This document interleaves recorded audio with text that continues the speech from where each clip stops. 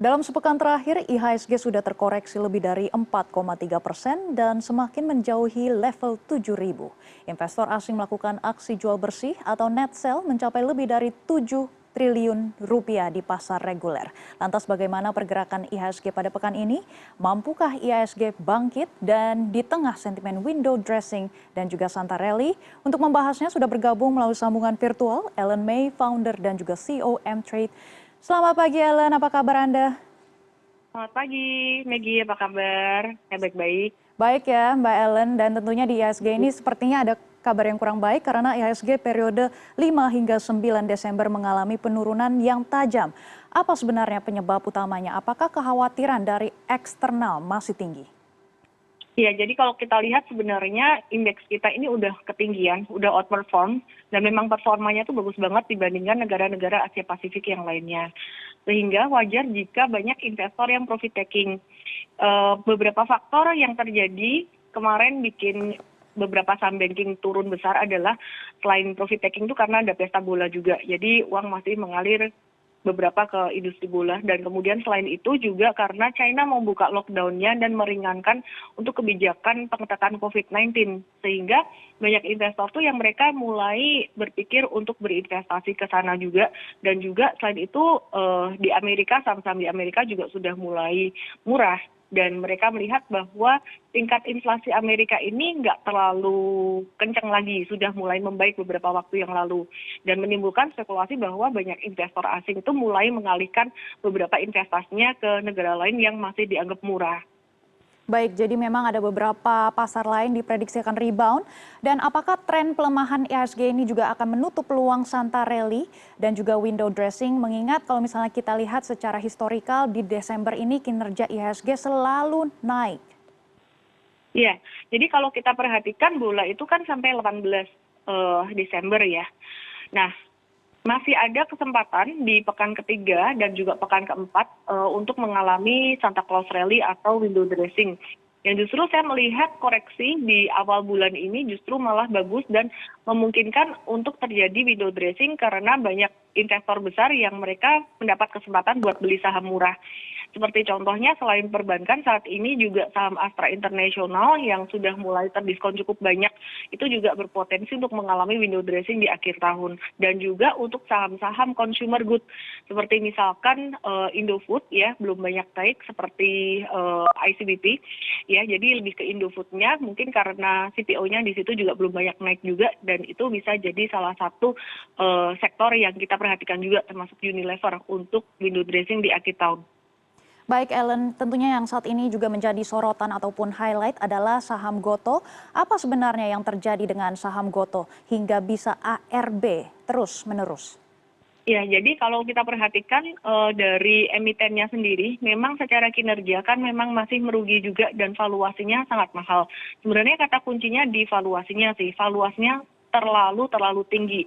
Dan di sini membuat investor institusi, investor besar, mereka nggak mau atau enggan berinvestasi di sini. Mereka masih punya pilihan emiten-emiten lain yang big caps juga seperti big banking untuk mereka masuk ke situ. Dan karena nggak ada investor besar yang masuk, maka kemarin ketika dibuka lock up-nya itu pada jualan, dan saya perhatikan yang ESOP itu juga banyak dijual di pasar negosiasi dengan harga itu di bawah 50.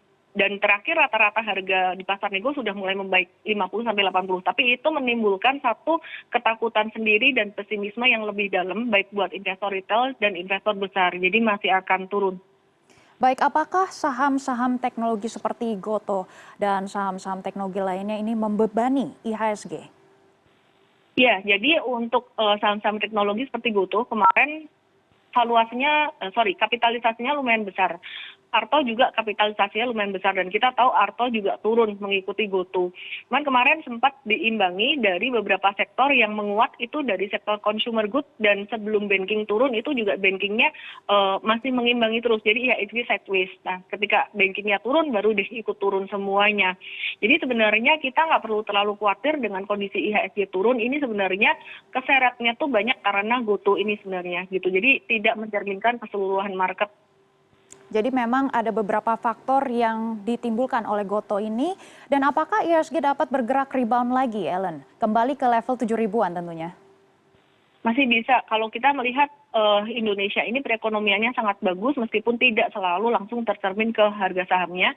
Tapi kita melihat bahwa investor besar itu mereka juga masih interested dengan saham-saham di Indonesia yang valuasinya murah itu bukan cuman dari sektor banking aja tapi yang turnaround seperti contohnya pulp and paper, property, terus poultry dan banyak sektor yang lainnya yang belum terjamah itu masih banyak yang murah dan bahkan Astra International sendiri pun saat ini juga udah murah sekali jadi masih ada harapan buat indeks kita untuk menguat kembali.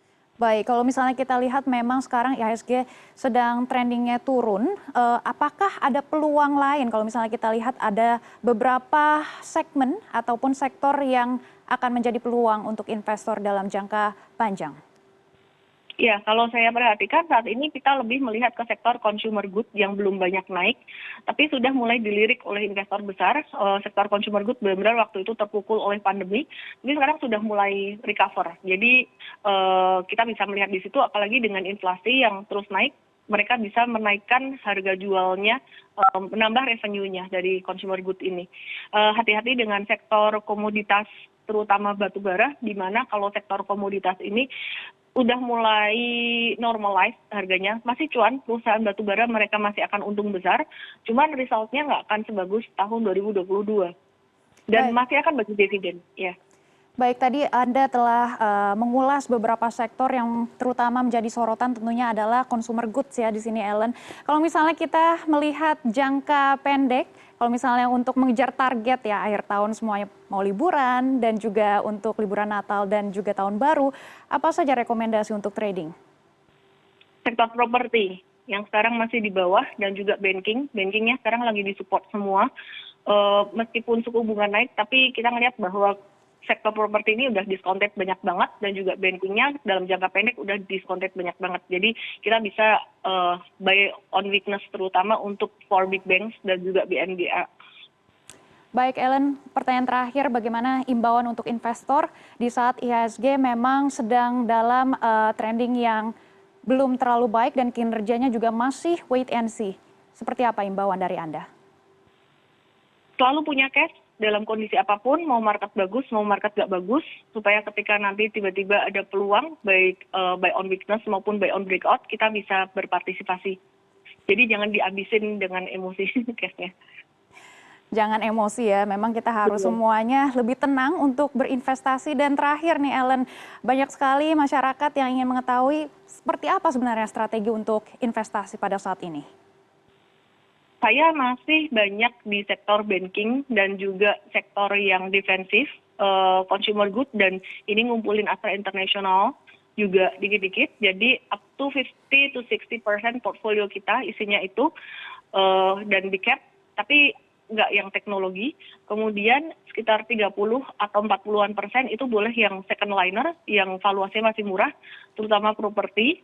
Terus kita lagi watch pulp and paper dan juga poultry. Retail juga. Baik, jadi kesimpulannya adalah big cap, terutama ini perbankan ya, tentunya masih menjadi incaran semua investor. Terima kasih Ellen May sudah bergabung bersama kami di CNN Indonesia Business dan Referensi. Thank you.